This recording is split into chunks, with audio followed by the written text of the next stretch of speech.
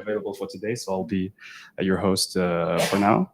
And another point is that, unfortunately, we're not going to use the speakers of the auditorium because they're not working. So for people who are online, you can still talk if you want to. We're just going to hear them from Thomas' laptop. And for the questions, you can ask questions during the talk. You just need to raise your hand if you're in person, or if you're online, just say question or I have a question. And then when the time is right, I'll give you the floor to speak. And there's always some time at the end for asking questions, so feel free to do so. And without further ado, I'm going to give the floor to Thomas. So Thomas, whenever you want. Okay. Thank you very much, Osama. Hello, everyone. Thank you for joining. And thank you for having me here to speak at this McGill Tea Talk. Thank you also, RIM, for organizing this event. It's really nice to be here at McGill speaking. This makes quite a change for me because my usual target audience are people in the natural sciences like ecology and physiology. So I'm very excited to share this research with experts in computer science like yourselves and hear your perspectives on this research. So as Osama said, if you have any questions or comments throughout this talk, feel free to interrupt me and I'll happily try to make things more clear. Okay, so we're going to be looking at deep learning for early warning signals of tipping points. This is a collaboration with many different people, but notably more recently, I've been at McGill University in a department of physiology, where experiments are conducted by many students who spend hours and hours doing these experiments that my research relies upon. So I'm very grateful to them in the Bub Lab, and Gil Bub is here today in the front row. So thank you for coming, Gil. And also some of the research I'll present was done at the University of Waterloo, where I was a PhD student. I'm also grateful to my funding resources listed here at the bottom. I wanted to start this talk with an electrocardiogram, or an ECG. This is a device that we wear to monitor the electrical activity in our heart. And this example I'm showing here is an 82-year-old woman who at 3:42 p.m. was in normal sinus rhythm. This is a healthy, normal heartbeat, but you can see that she has interspersed with a normal heartbeat these so-called premature ventricular complexes, which are beats that arise in the ventricles and create a sort of heart palpitation, if you like. These beats on their own are generally considered benign, and most of us will have them at some point in our life. But at 4:05 p.m. that same day, you can see she's got alternating normal beats with PVCs. And this is a rhythm in cardiology known as bigeminy.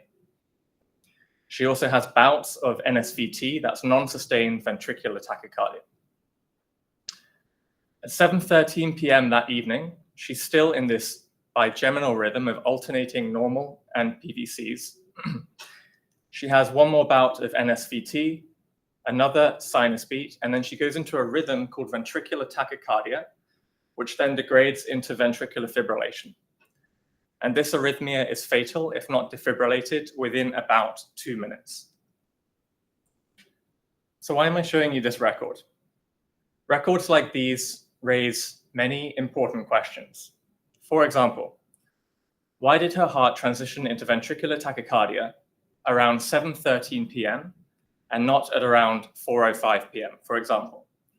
Can we predict these sudden transitions to fatal cardiac arrhythmia? That is at the moment an open question in cardiology. We currently don't know how to. Another big question for cardiologists is, can we identify which patients are at highest risk of undergoing these transitions? And again, that is still a very difficult question. There are some measures that you can use, like risk factors, but generally speaking, it's very hard to determine who is at highest risk for these transitions. And I'm not a cardiologist or a doctor, I'm trained in mathematics. So I think of this using the language of dynamical systems, which I find very useful in studying medical records. So from a dynamical systems perspective, I see a healthy heartbeat as a limit cycle oscillator, some stable oscillator that helps keep our heart pumping for our entire lives. And then when there are transitions to different rhythms, these can be thought of as bifurcations in those underlying dynamical systems that occur as some parameter is varied. And I'll also use the term tipping point, which is essentially crossing a bifurcation in a dynamical system to a very different dynamical regime. So just so we're on the same page, what is a bifurcation? Well, in the dynamical systems literature, we define a bifurcation as a point in parameter space where the stable state of a system abruptly changes. And we can construct these so-called bifurcation diagrams. Here I'm showing you a saddle node bifurcation. And this is the prototype example of a tipping point. You'll have two stable branches on the top and the bottom, and then an unstable equilibrium that divides the two. And on the x-axis, as a parameter is varied slowly, the system will track its equilibrium and then transition to an alternate stable state.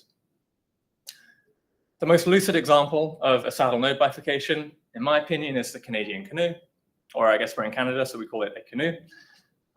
In England, they're called Canadian canoes for some reason. But anyway, we know these canoes, they have two stable states. We've got the upright state that we like to be in, and then the capsized state.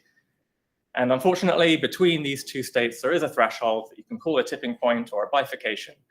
And as we lean too far over, we know that the boat will cross that tipping point and transition into an alternate state. But this is a very simple example. Bifurcations occur in many complex systems, like the financial market, to ecosystems, to systems in our body, like the heart, to epidemic outbreaks. You know, all of these sudden transitions can be modeled through dynamical systems and understood through bifurcation theory. And in 2009, a very influential paper was published in Nature by Sheffer and colleagues, who suggested that there may be so-called early warning signals in data prior to bifurcations being crossed in these systems. And the idea is this: very far from a bifurcation, the local stability of an equilibrium is typically higher than the stability of the system close to a bifurcation. And what that means is, if you push your system away from equilibrium when you're far from a bifurcation, it will recover very quickly. Near to the bifurcation, it will recover much more slowly. This is a phenomenon in physics known as critical slowing down. And if you have random perturbations to your system, which many natural systems have, then if we look at the data, you'll see typically an increase in variance and autocorrelation of that time series, or potentially a spatial time series. And Sheffer and colleagues suggested that variance and autocorrelation measures could be used to warn us in advance of a bifurcation. Just to show you what that might look like with a simple model, here is a classic ecological model from Robert May. It's a harvesting model. So you could be modeling a population of fish, for example, and you're harvesting those fish at some rate. And this system can exhibit this fold bifurcation, the bistability. If you take too many fish out of the water, the ecosystem will collapse into an undesirable state. What I'm about to show here is actually a video. We're going to increase this harvesting parameter beyond the threshold. This is going to be a time series of the system. Down here, we're going to track the variance and the autocorrelation of that time series using a rolling window. And here we have the stability landscape, which can be derived directly from the model. So I'll run the simulation just to give you an idea. Right now, we've got the harvesting rate fixed and the fish population is at some desirable carrying capacity. Now the green line is the harvesting rate. We're increasing it towards the bifurcation point. You can see the stability landscape starts becoming flatter, so the system moves around more, and then eventually it transitions into this undesirable state here. But what you'll notice is, along the course of this trajectory, the variance and the autocorrelation of the time series increased prior to the bifurcation. So Sheffer and colleagues were saying, let's use this as a measure for risk of a tipping point. However, there are some limitations with this approach, as you might have already guessed. And one of them is that bifurcations come in many different forms. And when you cross a bifurcation, the resulting dynamics can be very different. You could have your fold bifurcation where you transition away. You could have a pitchfork where you smoothly move into one or another different branches. Or you might suddenly start oscillating through a hop bifurcation. And there are various more complicated global bifurcations that can transition you into dynamics like chaotic dynamics. Variance and autocorrelation will not tell you the type of bifurcation you're approaching. So an idea that we had is to consider deep learning for bifurcation prediction. Now, we know that deep learning is state-of-the-art for pattern recognition. So the big question is, can we frame bifurcation prediction as a pattern recognition problem? And I want to argue that yes, you can, in some sense. We know from dynamical systems theory that if you have a very high-dimensional complex system, as you approach a bifurcation, by the center manifold theorem, the dynamics actually collapses onto a lower dimensional subspace, and the dynamics on that subspace will correspond to or be an approximation to the normal form of the bifurcation. So regardless of the system that you have, if you're approaching a bifurcation, the dynamics will become similar in some sense to the normal form of that bifurcation. And so we can train potentially a deep learning classifier to try and recognize these patterns of bifurcations in the time series data. But we know that deep learning typically requires a lot of data, and we don't actually have data for thousands of ecosystems going through tipping points. And it's even hard to find data of thousands of hearts transitioning to ventricular tachycardia. So the approach we proposed is to use random dynamical systems to generate our training data. This is the framework for the random dynamical systems. It's just a two-dimensional system, but the right-hand side here are going to be polynomial terms up to order 3, and the coefficients of those polynomial terms will just be drawn from a random normal distribution. Okay, so this will generate a specific dynamical system that may or may not have bifurcations, and then we can look for those bifurcations and simulate those models. So this is the approach to generating the training data. We first initiate one of these models by drawing those parameters from the distributions. We then locate those bifurcations in the system, and this is actually not necessarily straightforward. Fortunately, there is a software called Auto that some of you may be familiar with, I'm not sure. There's a bifurcation continuation software that can allow you to track the equilibrium state of a system and locate bifurcations in there as a function of the parameters. So we initiate the model, we locate the bifurcations. We can also determine what the bifurcation type is using this software. We can then simulate a stochastic trajectory of this dynamical system. And what we do is we simulate one trajectory going through the bifurcation and then one trajectory not going through the bifurcation to serve as a null. Okay? And then for the training data of our classifier, we just extract the pre-transition data. So we don't want the classifier to see the transition. We just want it to look at the pre-transition data. So it can serve as a predictor. And then using a compute cluster, we do this approximately 500,000 times. So we have about 500,000 unique dynamical systems going through different bifurcations. And this is labeled training data. We know the bifurcation that each sample is going through. We go ahead and throw this into a neural network classifier. We use convolutional layers and LSTM layers and found that that combination gave us the best performance. And it did pretty well on a test set held out from the training. The F1 score was 88%. So we considered this good. It's not like getting close to perfect accuracy. But to be honest with you, a lot of these trajectories that approach different bifurcations are almost indistinguishable. So we were quite happy with this performance. And of course, the big question is, in my mind, does this classifier now generalize to systems outside of the training set that just contains these simple polynomial dynamical systems? We started with simple ecological models. So these are mathematical models derived from ecological principles that were not contained in our training set.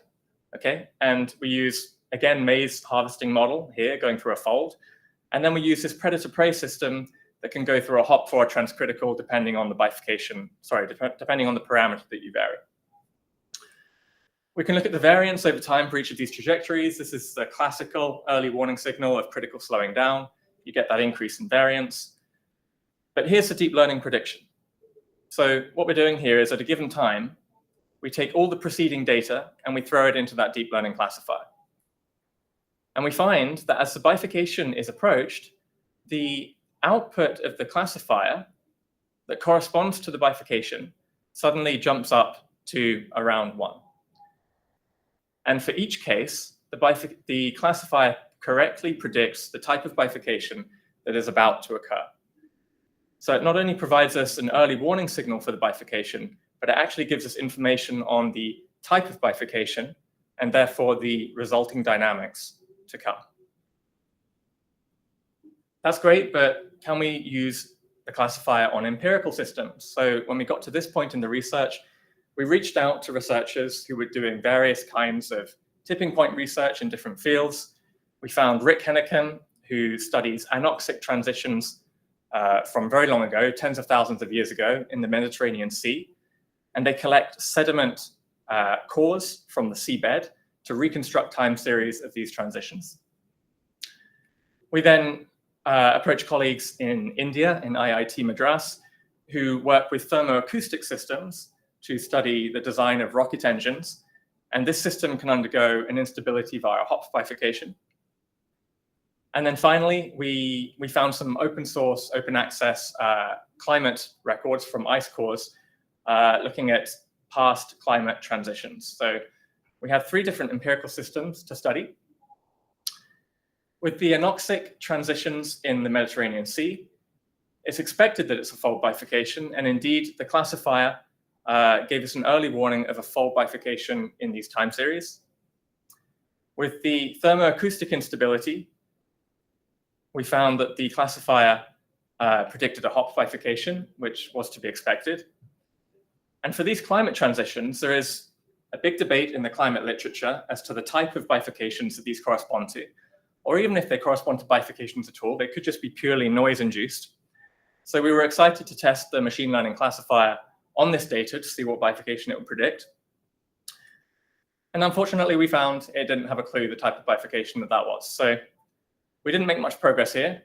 But in a way, this sort of makes us think that these transitions are occurring perhaps due to something more complicated or a bifurcation type that we haven't considered in the training data.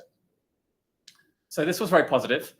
And we have multiple time series from each system, so we can construct ROC curves. We also have null time series that don't go through the bifurcation. And we found that with the anoxic data, the deep learning, which is in the blue here, basically got all of them right. It was able to say that they were approaching a transition or not with almost perfect accuracy. Again, with the thermoacoustic instability, it outperformed variance and autocorrelation. And with the paleoclimate transitions, honestly, not that great. We don't actually have good predictors for these transitions at all. Yes, question?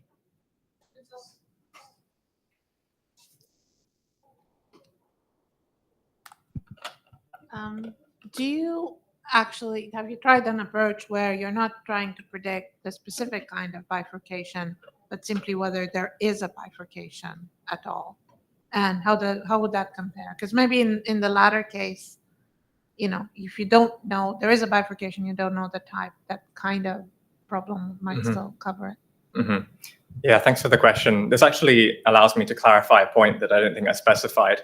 So yes, the classifier is predicting a certain type of bifurcation, but what we're doing with these ROC curves is we're also constructing a measure for any bifurcation by summing the probabilities that the classifier has for each type. And we're using that as an indicator for a bifurcation of any type. So actually, these ROC curves that show this kind of performance here, this is just for the problem of predicting a bifurcation, right? And then these insets here that show the bar plots, those are the specific probabilities for each type of bifurcation. So you can see actually here, like it made a few mistakes. It thought it was a Hopf or a transcritical in some of those cases. Yeah, so thank you. If you'd like more information on this, there is a paper in PNAS that I encourage you to read if you like, or you can get in touch with me with questions. I want to switch gears a little bit now to more recent work that we've done in the physiology lab at McGill, where we look at biological models for the heart. So these biological models could come from animal heart cells or human stem cells typically. And what I'm showing here is an aggregate of chick heart cells that hopefully you can see is spontaneously beating at about 1 time per second. These are quite small. It's 1/10 of a millimeter in diameter, but under a microscope, you can see this really nicely. And the system was first set up a long time ago, actually, in the 80s, by Michael Guevara, Leon Glass, and Alvin Schreier to study chaos, mathematical chaos, that is, in a biological system for one of the first times. So the system does actually exhibit chaos when you stimulate it at a different frequency to its intrinsic frequency. That's not what we're going to look at, though. We're going to look at more recent experiments with these chick heart aggregates, where a drug is applied, a potassium channel blocker, and after the drug is applied, this system goes into a cardiac arrhythmia. What I'm showing on the top here is the system in its initial phase, where it is beating with regular interbeat intervals. But after 3 minutes of applying the drug, these intervals are now oscillating, right? We have a long interval, a short interval, long interval, short interval. And this is an arrhythmia known as alternance that can occur also in the human heart by T-wave alternance, which I won't talk about too much here.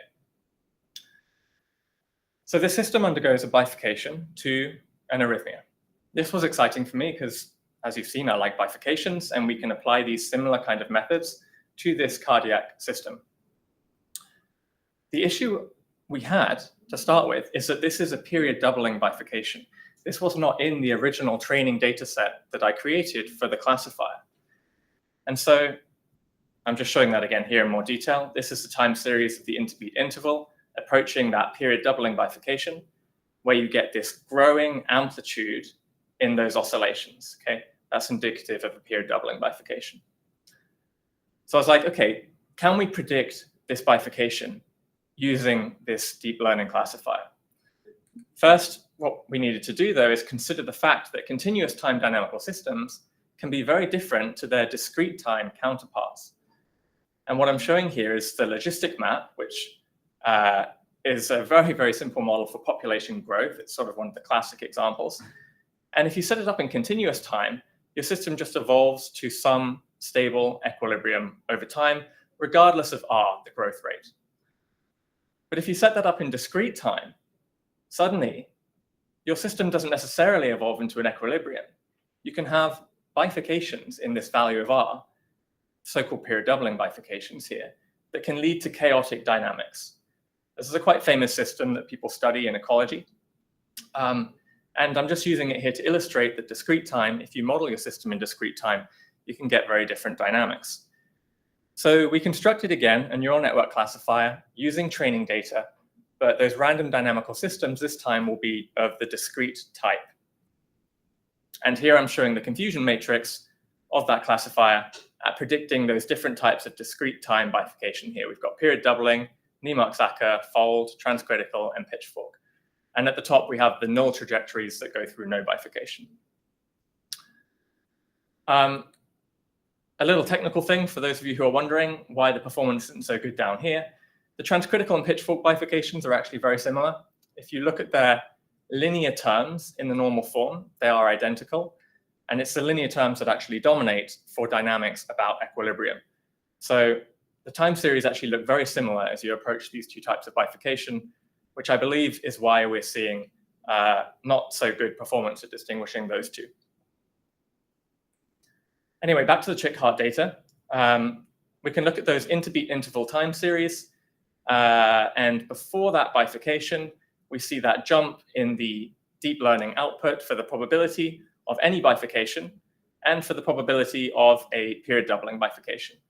And this early warning signal happens about 60 beats in advance of the period doubling bifurcation. And the nice thing about these aggregates is we can actually do this for quite a lot of them. We had 41 aggregates in an experiment that went through a period doubling bifurcation. Similar stuff, we constructed the ROC curves and found that the deep learning was again better than just using variance or autocorrelation as an early warning signal. And it predicted a period doubling in most of those aggregates.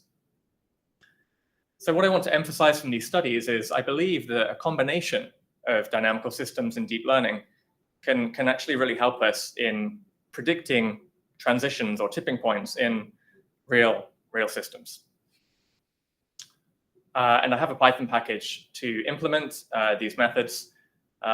So if you're interested, please check that out. I want to move on now to one other project. Am I doing okay for time? Yeah, okay. So we've been talking so far about predicting bifurcations. Now I want to talk about how we can actually trigger a transition, a so-called critical perturbation, without it crossing the tipping point or the bifurcation. And the motivation for this framework is this biological experiment from the lab collected by McGill.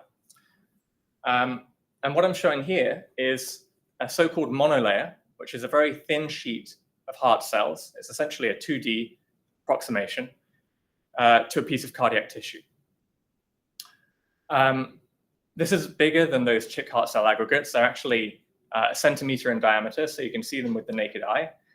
And the nice thing about these is we can study the way electrical waves propagate across this system.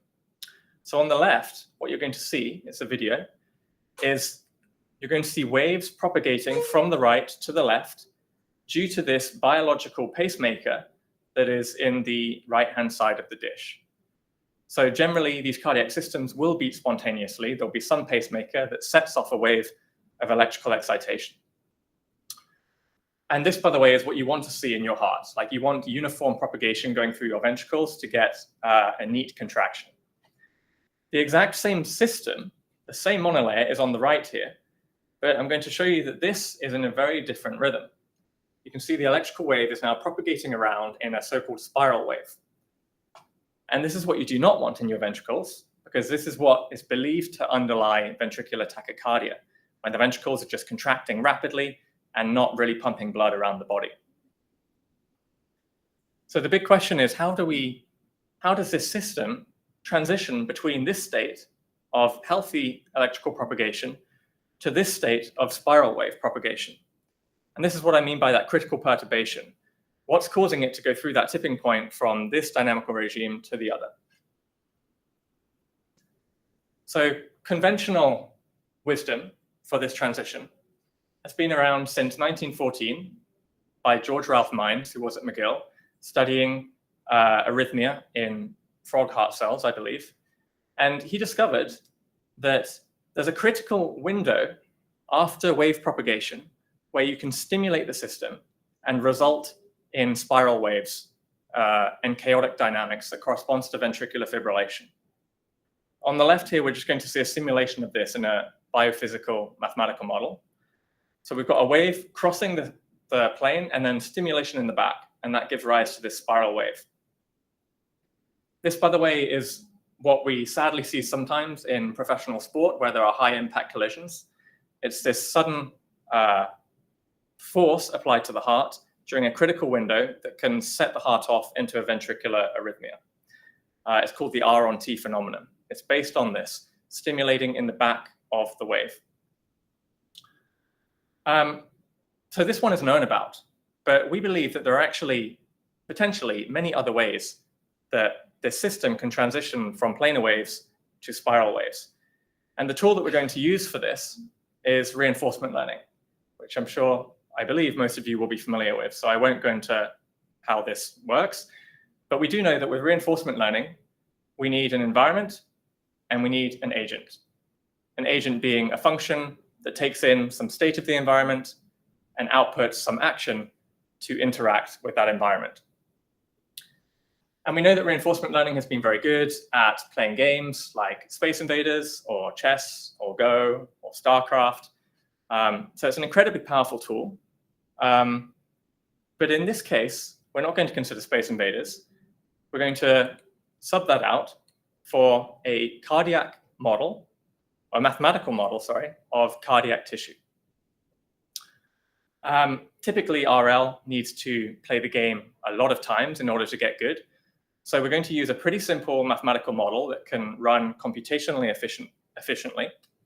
And this here is a cellular automata model for an excitable tissue, okay? And what's going to happen is the agent is going to take in the current state of the system, like where the waves are, and it's going to output an action, which is going to be a stimulation to the cellular automata. So it can stimulate its own waves and play the so-called game of creating a cardiac arrhythmia. We know that defining a reward function is very important, part of the RL problem. And the reward here, so the motivation is to understand how these cardiac arrhythmias can occur in the system. So we want to send off this RL agent to figure out a way to create cardiac arrhythmia using the minimal number of stimuli. So the reward function is it'll gain reward for the number of active cells in the tissue and will penalize it for using more stimulation. So hopefully it'll come up with a minimal number of stimuli that will give rise to a cardiac arrhythmia and teach us something about how this occurs in humans. I just want to show you an example very simply now on a ring. So a ring is the simplest system we can consider for a cardiac arrhythmia. This is the excitable system model. So if we stimulate this system on the right-hand side, a wave will propagate on the top and bottom and then annihilate on the left-hand side. Re-entry would look like this. So the conventional trigger is to stimulate in the back of the wave. And I'm just going to show that here. So we're going to send off a wave, stimulate in the back of the wave at the bottom, and that will send around a single wave going anti-clockwise, which corresponds to re-entry in this system.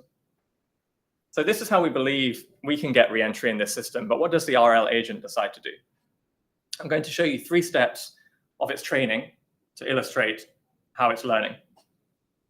So we know at the very beginning, when you send an RL agent off to perform a task, it's just going to perform actions at random within the action space and probably not do a very good job. So at the initial phase, the yellow, by the way, is its stimulation. It's stimulating all over the place in that ring, and it does not achieve any sort of re-entry.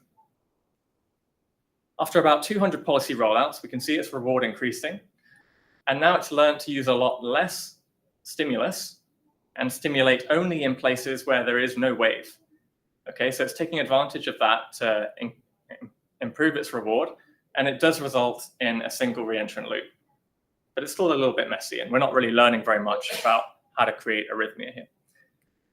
But then its performance peaks, and we were pretty interested to see what it came up with here. So now it's using very, very few stimuli, and it ends up achieving this essentially optimal result in terms of cell activity, where it's got 3 waves propagating around the ring. So it's done very well at this game that we proposed for it. But did we learn anything from it? I want to argue that yes, we did. In this very simple system, if you actually look at what the agent is doing, it's using 2 different mechanisms to create a re-entrant loop around this circle. One thing it's doing is doing a single pulse, where you have a large pulse separated by a small pulse, and the small pulse leads to a refractory block where the wave can't travel, and the large pulse results in propagation in the other direction. So I'll just show that here. It's a single pulse, and the wave just goes around in one direction. The other thing it did is it's using 2 sequential pulses in time that are both subthreshold, so neither pulse on their own gives rise to a wave. But the combination of doing it sequentially actually results in a wave also just going in one direction. And although these seem very simple and in hindsight quite obvious ways to create re-entrant loops, we honestly hadn't thought ourselves as humans of these strategies for creating re-entry in this system. And sure, this is fun with the cellular automata model, but you can try it in more biophysical models, and the same sort of stimulus pattern actually gives rise to re-entry. So on the top, this is now a partial differential equation. So it's continuous in time, continuous in space. If you just stimulate that system, it'll give rise to waves going both ways. But if you use those same approaches, the single asymmetric stimulation of a large and a small pulse, we get a wave going in one direction. And the same thing for the sequential subthreshold stimuli, you just get a wave going in one direction. So these are generalizable strategies from the simple models to the more complicated models. The next step, of course, is to take this to 2 dimensions. It takes a little bit longer to train the agent, but it comes up again with these very, very small subthreshold stimuli, these patterns that give rise to now spiral waves in the 2-dimensional system. And this was honestly quite astonishing to us, that you can create a spiral wave just from a single pulse in a specific pattern. And if you took away one of those stimuli on the left, you wouldn't get a wave at all. And if you added another stimulus, you wouldn't get a spiral wave, you'd get a planar wave. So it's really finding these quite magical patterns that may well be quite unique to this system to generate spiral waves. And these patterns have so far eluded research in excitable systems. So this is a beautiful example of AI, or reinforcement learning, shedding insights on these complicated dynamical systems. And since we're in an experimental lab, the cool thing is we can test this out on real cardiac tissue. And I'll say this is still in the preliminary phase. We're still running these experiments. But I want to show you one example that shows this initiation of a spiral wave from this 3-dot pattern. So this is a video on the left of a real cardiac monolayer.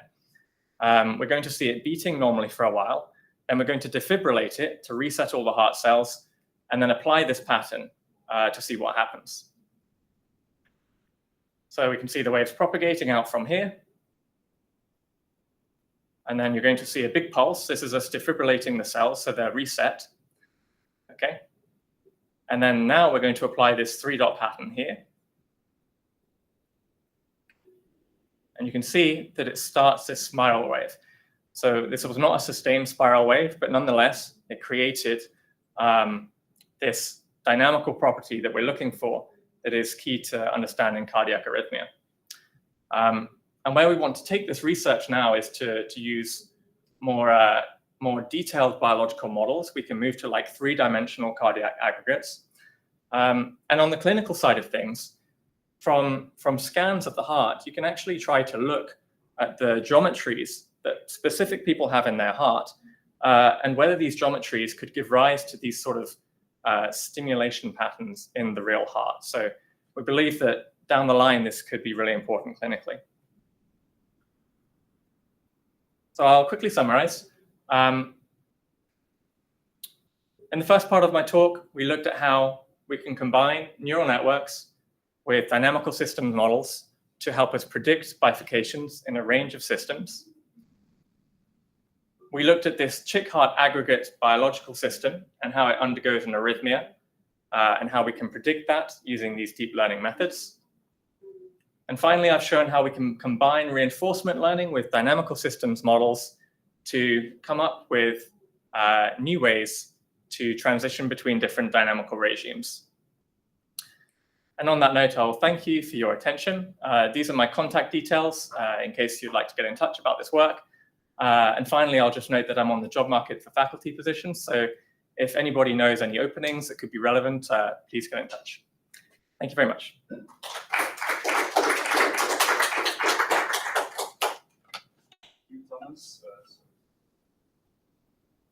Anybody has questions? For people online, you can also ask questions if you want. Yeah, thank you for the great talk. Really interesting set of results. Very, very cool. I'm wondering, so you mentioned at the end that the geometry of the heart might explain these kinds of configurations. Are all of these arrhythmias created by the heart muscle behaving abnormally? Is there a neural component, right? Like any kind of nervous control that can interject? And is there any way, I guess, to try and figure out if a similar mechanism, like, is it about RL creating something like this in the heart, like some kind of a sort of adaptive thing, or just that somehow this is a pathology? We've discovered it with RL and it just exists in the heart, but it's created by other means. Yeah, so a really good question, like relating this back to the real mechanisms of the heart. So there are a few things we do know. When an individual has a heart attack, they develop a piece of scar tissue in the heart, and that piece of scar tissue can actually give rise to its own electrical impulses. Okay, and so that is often what ends up causing people with heart attacks to go into cardiac arrhythmia. It's that they have these scar tissue sections that are more prone to giving off their own pulses. And so if the geometry of the scar tissue is like what we see with the RL, then that could potentially be a sign that that particular heart attack is more dangerous than, let's say, a heart attack with a piece of scar tissue that doesn't correspond to those geometries. But one other point I'll make is that the human heart, actually, even the healthy human heart, has obviously a lot of heart cells, and it has a biological pacemaker that's in the right atrium that sets our heart rate. But elsewhere in the heart, these heart cells are actually excitable in their own right, and they can give off their own waves of excitation if they are protected or if they're insulated. So that's another cause of cardiac arrhythmia, and it's another thing we can investigate in terms of geometries, like the RL, in patients that go in to get scans. So there are honestly many mechanisms for how arrhythmias can start, and the RL is only being trained on a simple excitable system model. So we're at the very surface level in terms of getting it to explore transitions in a simple system. But eventually, we hope that we'll train the RL on more detailed models of hearts, and it'll come up with more specific patterns relevant to a specific patient. So that's sort of where we're looking to take this. Thanks. I'm going to take questions online and then. Sure. Have you tried to interpret what the classifier learns? Is it looking at variance, correlations? And then Victoria asked again, also what determines how early bifurcation is predicted? That's a really good question, and I've actually had this a few times. People asking, what is the neural network actually looking at to make its predictions? And I haven't yet tried to figure out what the neural network is learning, partly because I haven't been sure how to, but I have been looking at the literature, and presumably you have heard of a technique called layer-wise relevance propagation. I think it's something along those lines, where you can learn the features that the network is taking from the time series in order to make its decision. We haven't looked at this yet. I would like to in the future. All I can do for now is hypothesize that it is using features related to that critical slowing down that I showed at the beginning, that rise in variance, that change in the correlation structure in the time series. But more importantly, as I said before, critical slowing down doesn't distinguish the type of bifurcation. What distinguishes the type of bifurcation is the change in the potential landscape near to that bifurcation. And that is what's unique to each type of bifurcation. And I presume that is what the deep learning is picking out in the time series data. I do wonder, though, how I could actually prove that that's what it's doing. That's something I haven't looked at yet. But thanks for asking. Yeah, thank you very much for the really interesting talk. I was just curious if you had to use any specific exploration technique in the reinforcement learning part to be able to discover that these really complex stimulations, or just like basic exploration was enough? What do you mean by a specific expression? I don't know, in a sense that, for instance, the reward that you use is just, is the number of excited cells, but it doesn't account for like any pattern in the activation of cells or things like that.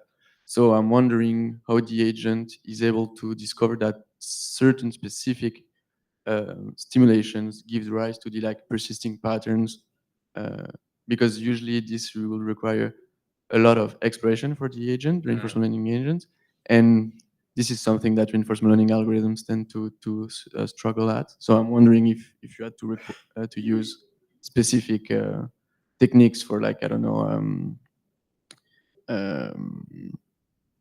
surprise-based kind of novelty-based exploration or these kind of things. Mm-hmm. Actually, for the examples I showed, we just kept to that really simple reward function that just looks at number of active cells and the number of cells it stimulates. And presumably, you're right in what you say, it would have to explore a lot of different scenarios in order to maximize that reward. And we're not really guiding it very much. I know you can do like guided exploration in RL, right, where you assign a reward function that's a bit more specific to what you want. But this actually honestly worked pretty well for us, just a simple reward function. We have thought about designing a reward function that is specific to certain types of cardiac arrhythmia. So let's say we wanted it to generate 2 spiral waves, not just one. And so we make sure that that reward function for 2 spiral waves is going to give it a better reward for that.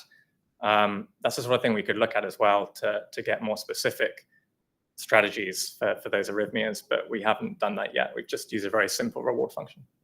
Yeah, thanks. It's really interesting. Thank you.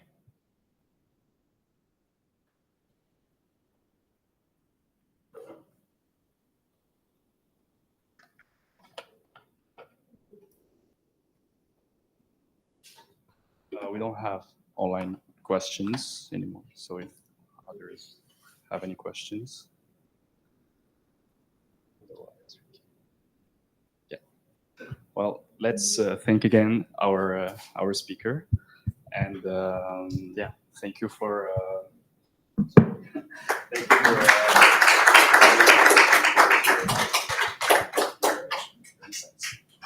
Thank you for organizing, and thank you for having me. Cheers.